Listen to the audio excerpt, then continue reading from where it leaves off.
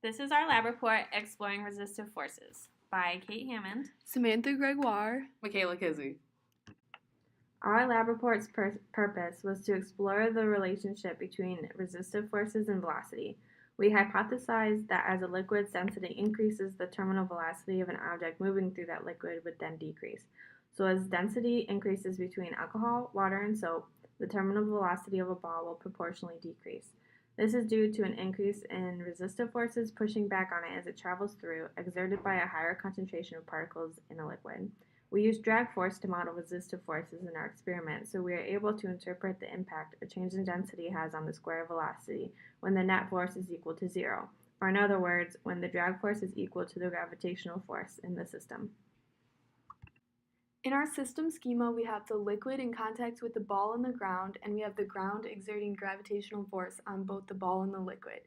In our free body diagram, you can see that when the ball reaches its terminal velocity, acceleration is zero, so the net force will be zero. Therefore, the resistive forces of the liquid on the ball in the upwards direction will be equal and opposite to the gravitational forces on the ball in the downwards direction. The resistive forces that are relevant to motion in liquid are viscosity and drag.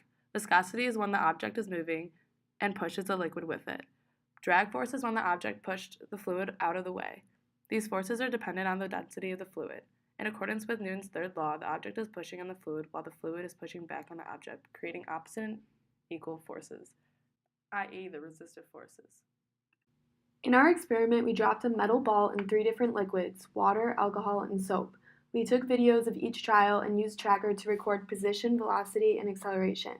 We then used these values to calculate terminal velocity and resistive forces. For our calculations, we calculated the drag force using the pictured equation. So we multiplied 1/2 times the drag coefficient for the object for a sphere is 0.47 times the density of the liquid, which was determined by which liquid we are currently using, times pi r squared, and the radius we used for the ball was 4 millimeters, times the velocity squared. And for velocity, we used the terminal velocity. For the proportionality constant, we basically calculated the entire first portion of the drag equation, everything beside the velocity squared, so that we could see how the density affected the relationship between the drag force and the square of velocity. It's a possibility that we dropped the ball from varying heights, or we were unable to use Tracker consistently, and in the future we would calculate the Reynolds number instead of just assuming that drag force was the dominant force in the situation. Our results stated that there was a marked decline in terminal velocity as density increased. And the proportionality constant would increase as density increased, which is mainly due to the increase of the drag coefficient of the liquid.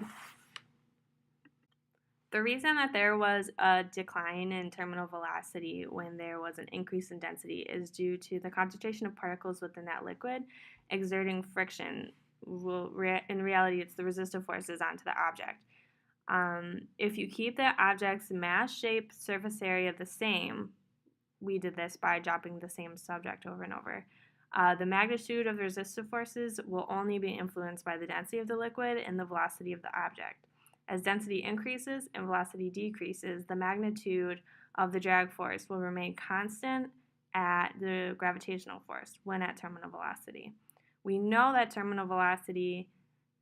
when at terminal velocity, the drag force is equal to the gravitational force because there's a constant speed. And when there's a constant speed, acceleration equals 0, meaning that the net force is also 0. This is similar to macroscopic friction, is that both friction and drag are resistive forces, but friction is not dependent on speed, unlike drag. Thanks for watching!